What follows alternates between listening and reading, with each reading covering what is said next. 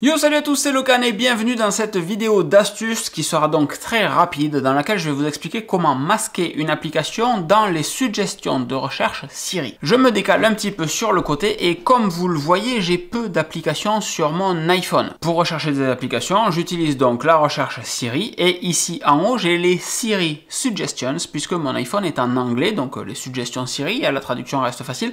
Et ici, j'avais tout le temps Microsoft Teams qui s'affichait sur mon iPhone, alors que je n'utilise jamais ou très rarement, 1 à 2 fois par semaine, Microsoft Teams sur mon iPhone perso. Je l'ai sur l'iPhone du boulot. Je m'en sers très majoritairement sur l'ordinateur du boulot, qui est un Windows. De temps en temps sur l'iPhone du boulot, pour des visios, 1 à 2 fois par jour, mais pas suffisamment pour qu'il soit proposé tout au long de la journée sur mon iPhone personnel. Alors peut-être qu'il y a une notion de synchronisation entre l'iPhone Pro et l'iPhone perso. J'y crois pas, je crois même être sûr que c'est pas le cas, mais pour autant, Teams remontait tout le temps sur mon iPhone perso, alors qu'encore une fois, je l'utilise majoritairement sur le Windows du travail, aucune corrélation de synchronisation, et sur l'iPhone du boulot, 1 à 2 fois par jour. C'était donc profondément chiant pour moi d'avoir Microsoft Teams qui remonte tout le temps dans les suggestions Siri, alors qu'encore une fois, je ne l'utilise pas. Comment on fait donc pour organiser un petit peu ceci et virer certaines applications, dans mon cas Microsoft Teams, mais pour vous ça peut être autre chose, ou plein d'autres applications en fonction de votre appétence et de votre goût pour la personnalisation.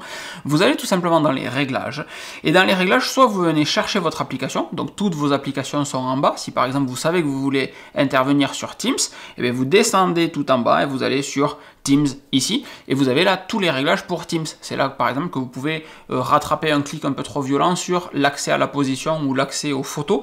Ben, vous pouvez directement venir chercher votre application concernée et ici directement donner l'accès à toutes les photos ou donner l'accès à la localisation. Dans mon cas et dans le cas de cette vidéo surtout, on va aller dans Siri and Search, recherche et Siri, et on va décocher suggérer l'application, puisque en fait c'est le seul truc qui nous dérange, le fait que l'application apparaisse en haut.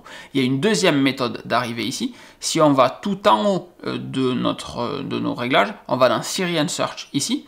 Là, on vient chercher l'application qui s'appelle donc toujours Microsoft Teams, pas de souci.